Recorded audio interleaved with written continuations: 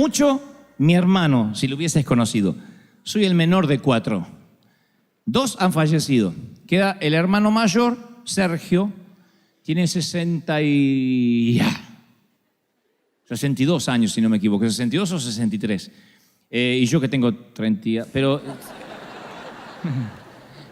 uno de ellos, amé siempre a mis hermanos, pero uno de ellos te habría encantado, porque siempre tenía un chiste a flor de labios, y era de esos parientes que Dios nos regala, esos familiares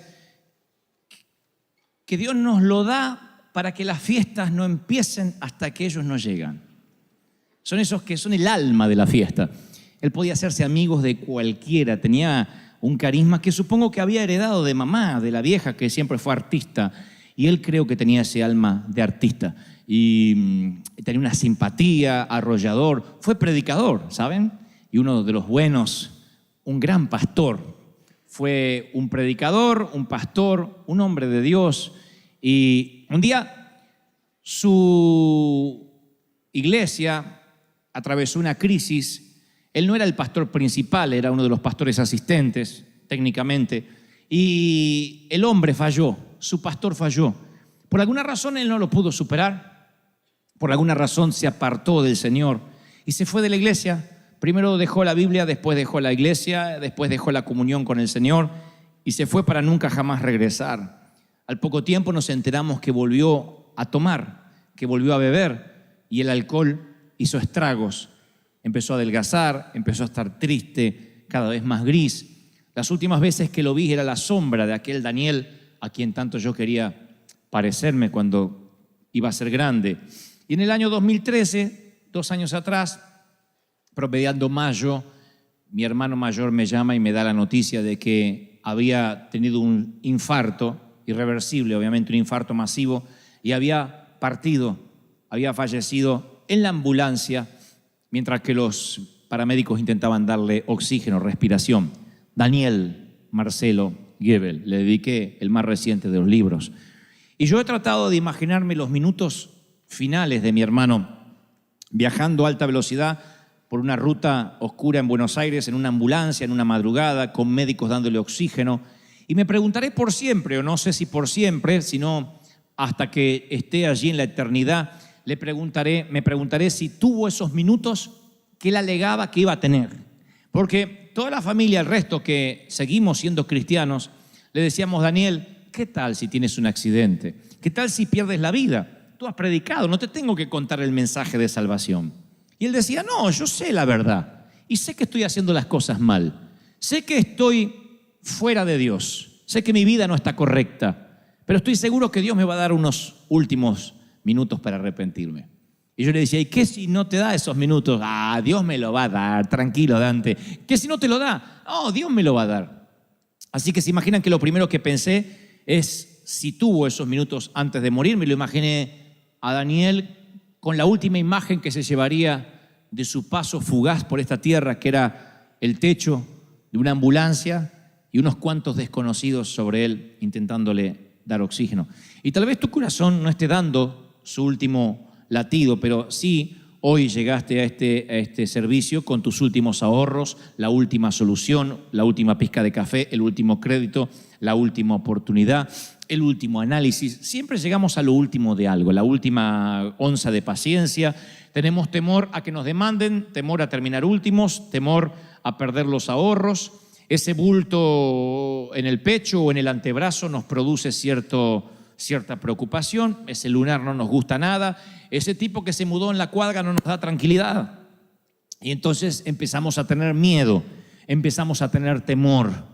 Y decimos, ¿qué tal si se me agota lo último que tengo? Nos llenamos de ansiedad. El miedo te encierra en una prisión y no puedes salir nunca más. Eso es lo que logra el miedo. El miedo nunca logra otra cosa que meterte dentro de una prisión y no te permite salir, ni ser feliz, ni ser libre. Ahora imagínate un día, un solo día, solo un día sin temor, un día sin miedo, sin temor al fracaso, sin temor al rechazo, sin temor a la tragedia. Imagínate un día sin pensar que algo le pasará a tus hijos, que te faltará dinero, que no vas a comer mañana, que podrás pagar el mortgage. Un día sin temor alguno. Tú dices, wow, nunca lo había pensado así, creo que sería muy feliz.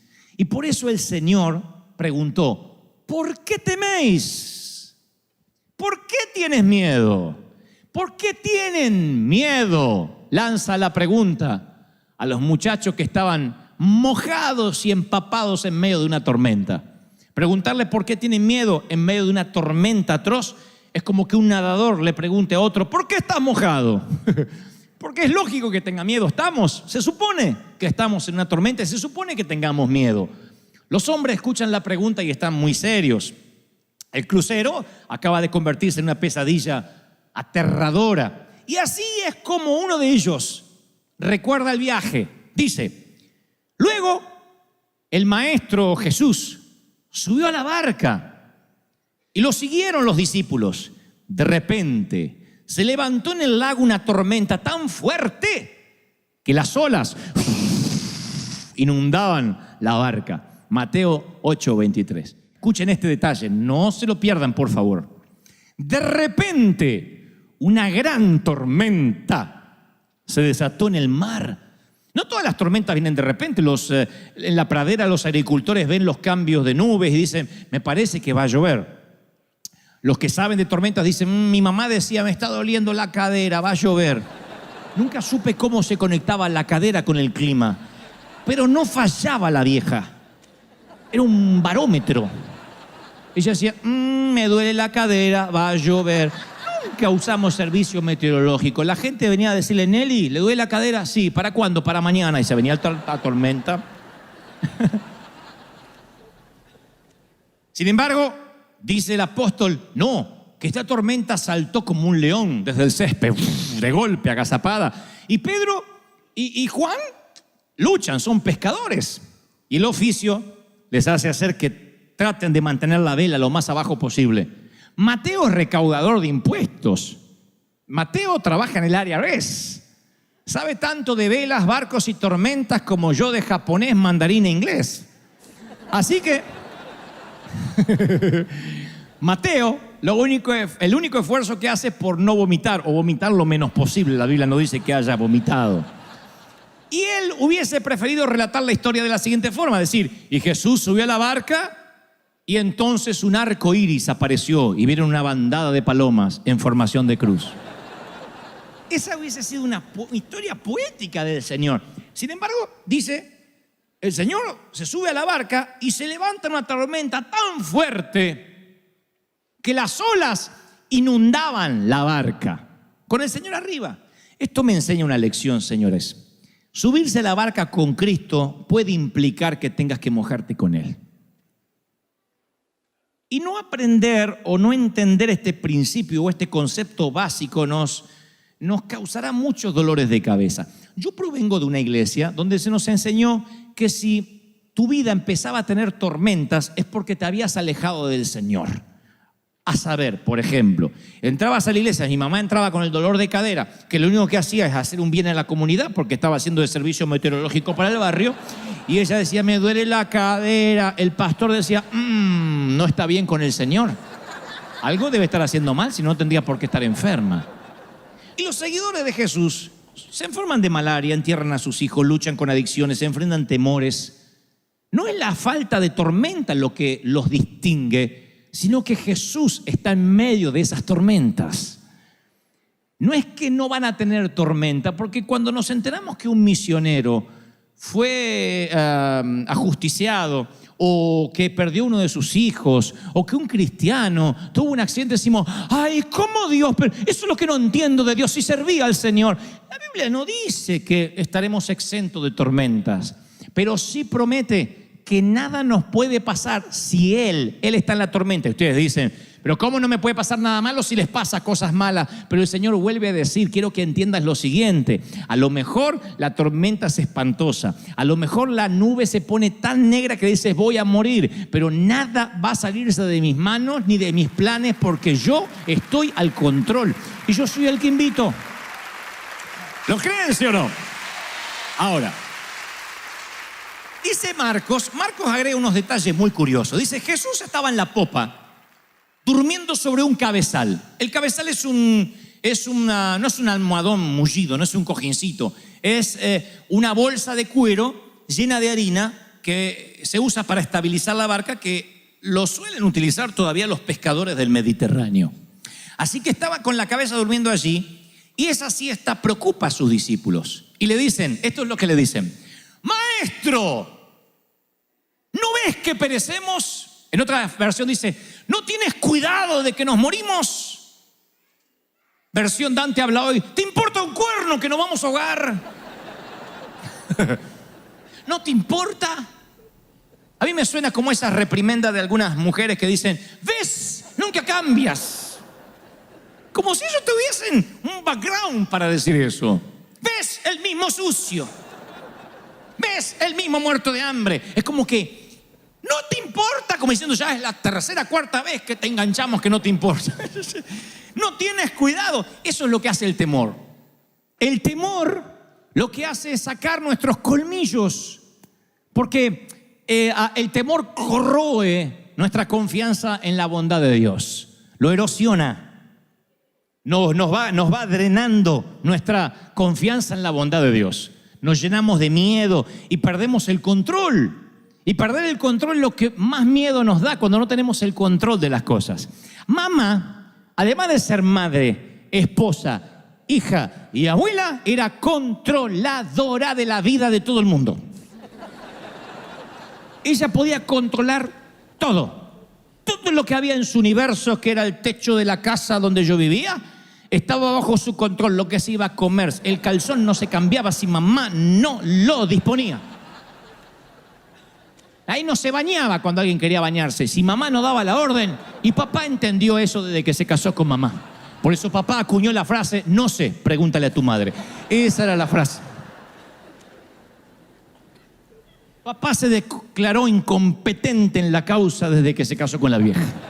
Dijo, la vieja decide, yo apruebo o desapruebo. Igual no importaba lo que dijera el viejo, porque la vieja era la última palabra. Había hablado Fidel Castro en Cuba cuando mamá hablaba. Esa era mamá. Una persona así puede manejar un automóvil, un submarino nuclear y pilotear un avión, un cazabombardero, pero nunca tenerla de copiloto, porque te enferma, aunque seas un monje tibetano. Te enferma. Mamá mantenía una charla conmigo, con mi hermano, y le decía, cuidado viejo, dobla viejo, pone la luz de giro. El clic, la baliza, por favor. Cuidado, stop, frena, está frenando el de allá. Date vuelta, dobla. Para acá no. Mi papá nunca necesitó un GPS. Mamá le decía, dobla derecha, a la izquierda, 3 cuadras, me duele la cadera, va a llover. Todo. Mamá era una controladora, una enferma del control. Entonces papá ya se había acostumbrado, que ella manejaba y hacía todo, y dobla cadera, ella hablaba, todo, quería controlar todo. Un día le manoteó el volante al viejo. La única vez que vi a mi papá enojado. Le agarró el volante y dijo, acá, no me toques el volante. Ni a mí me defendió así mi papá en la vida cuando le tocaron el volante. Hasta ahí llegó la vieja, porque la mamá sabía que mucho no podía tampoco estirar el elástico. Hasta ahí llegó, dijo, epa, nunca más le tocó el volante, pero igual, por telepatía se lo manejaba así. Y él doblaba. Mamá nunca hubiese podido subir un avión. Porque en el avión, aunque es el medio de transporte más seguro, no tenemos control de nada. Nos quedamos allí, nos ajustamos el cinturón, no hay control de nada. Vas así, y uno no puede ver el piloto. Mamá lo que hubiese hecho. Mi mamá, miren, yo creo que ni Al Qaeda hubiese logrado lo que logró si mamá estaba en ese avión. Mamá hubiese tenido el control de todo. Cuando perdemos el control nos llenamos de temor. Perdemos el control de la salud.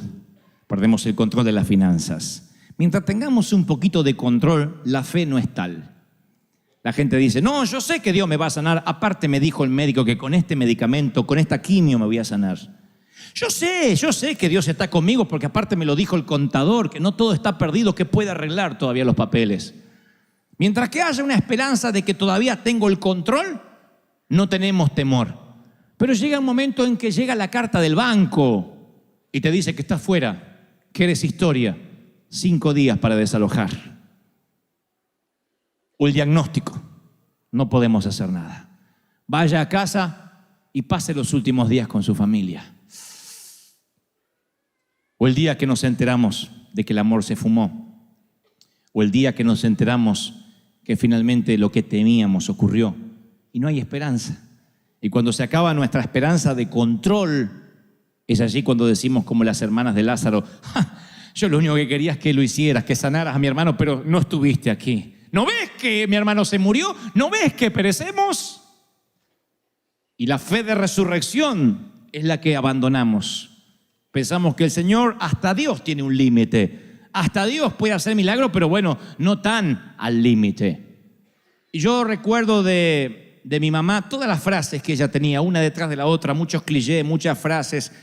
Y Jesús le declaró la guerra al temor, al punto tal que él mencionó 125 oraciones en modo imperativo, de las cuales 80 tienen que ver con no temas, no tengas temor, no te inquietes.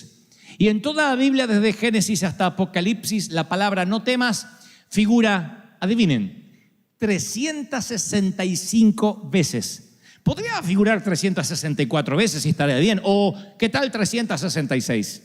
Pero solamente aparece no temas y es la única frase que se repite 365 veces. Eso tiene que tener una explicación. Y la primera que se me ocurre es la que se te está ocurriendo a ti también. Hay un no temas para cada día del año, desde el 1 de enero hasta el 31 de diciembre. No temas, no temas, no temas. Alguien necesita oírlo. No tengas miedo. No teman, ustedes valen más que muchos pajaritos, le dice el Señor a un grupo de gente. No teman por lo que habréis de vestir o de comer. Menciona en otro mensaje. Y como si no tuviera otro tema, más adelante dice: no temas, cree solamente. Tened ánimo, soy yo, no temáis. Menciona caminando mientras que se parece un fantasma sobre el agua.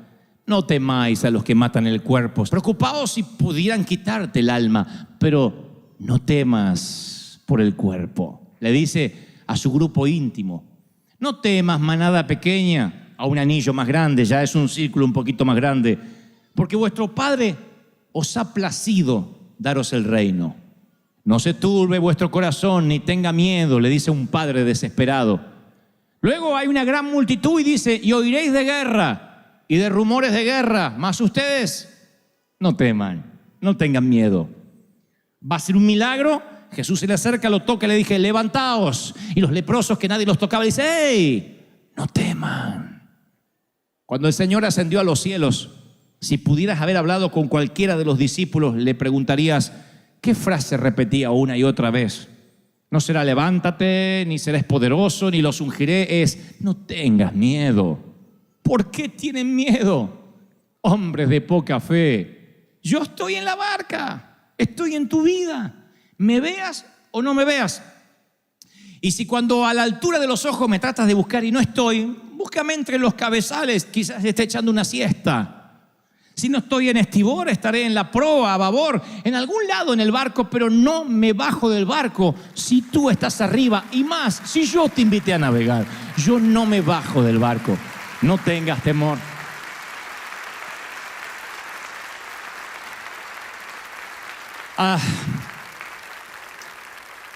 Cuando era chiquitito, 6 años de edad, insistí por mirar una serie de televisión en la República Argentina que era conducida por un actor y además guionista llamado Narciso Ibáñez Menta. Pueden buscarlo, googlearlo, Narciso Ibáñez Menta. No era tanto las teleseries que producía en Argentina, sino la forma de presentar. Él aparecía con una vela en la mano, con una capa negra, tenía una barba en punta, flaco, esquelético, y decía: voy a presentarles una historia que le pondrá los pelos de punta.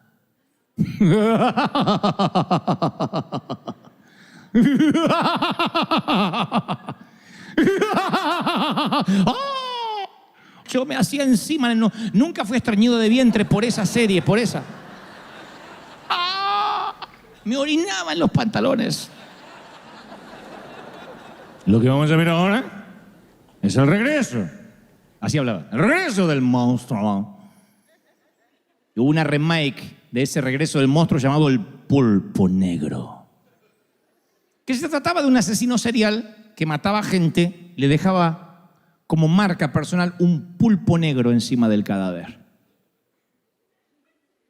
Así que un día le dije, papá, ¿puedo ver el pulpo negro? Ni loco. Por favor, déjame ver el pulpo negro. Bueno, mírelo y ya está. Papá, eras muy fácil para convencer. Después de decir 2 o 3 veces, pregúntele a su madre, mamá estaba durmiendo, me dejó ver el pulpo negro. Desde ese día se me abrió un portal a un mundo desconocido. ¡Ay, qué pánico, qué miedo! Terminó el pulpo negro y toda mi casa estaba llena de pulpos negros. Pero eso no fue lo peor, sino la siguiente noche y la siguiente y las subsiguientes y las que vendrían. Porque yo en aquel entonces tomaba leche de noche, un vasito de leche. Y a veces me olvidaba de tomar la leche y tenía que ir hasta la sala, hasta la cocina, abrir la nevera para la leche. Pero yo estaba seguro que el pulpo negro habitaba entre la habitación y la nevera. Así que pasaba por la habitación de papá y decía, pa, quiero leche. Agarre de la nevera. No, está el pulpo negro. Mi papá se armaba de valor sobrehumano. Ese hombre me escoltaba a través del valle de sombra y de muerte. Y en pijama, ¿eh? Porque uno dice, si tengo que enfrentar a un delincuente, me arreglo un poco. Él no, en pijama. En pijama iba así y sin miedo al pulpo negro. Abría la nevera, me servía el vasito de leche, esperaba que lo tomara y decía, a la habitación. Primero que me sorprendía de papá, ¿cómo podía dormir cuando había un pulpo en la casa? ¿No ves que morimos? ¿No te importa que nos hundimos? Oh, entendía a los discípulos. Dormía como un condenado mientras que el pulpo merodeaba a los niños de ese vecindario. Y lo segundo, cuando él se levantaba y me daba el vaso de leche, casi sin encender la luz de la nevera era el único testigo de lo que ocurría. Yo miraba a mi papá y decía, ¿de qué está hecho este hombre? ¡Qué valor sobrehumano! ¿Quién es este hombre que aún el pulpo negro le obedece? Y tomaba mi leche. Los discípulos le dijeron, Señor, ¿no ves que morimos? Y él se levanta, aquíétate, mar, y detiene los vientos. Y los discípulos dicen, ¿quién es este hombre que aún el viento y el mar le obedecen?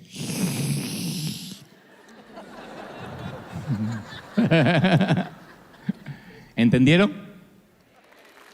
El Señor ve tu tormenta, tu crisis, como mi papá, el pulpo negro. No tienes que tener temor. Él se levantó, reprendió los vientos y al mar y le dijo, aquíétense. Y ellos dijeron, wow, ¿de qué está hecho este hombre? Mis queridos, ese Dios que transformó una tormenta en una cálida tarde primaveral, estoy seguro que le dio una oportunidad a él, Daniel, a nuestro Daniel, a mi hermano. Yo estoy seguro que él lo último que vio fue el techo de la ambulancia. Pero lo próximo que vio inmediatamente fue el brazo del Señor rescatándolo. ¿Por qué lo sé?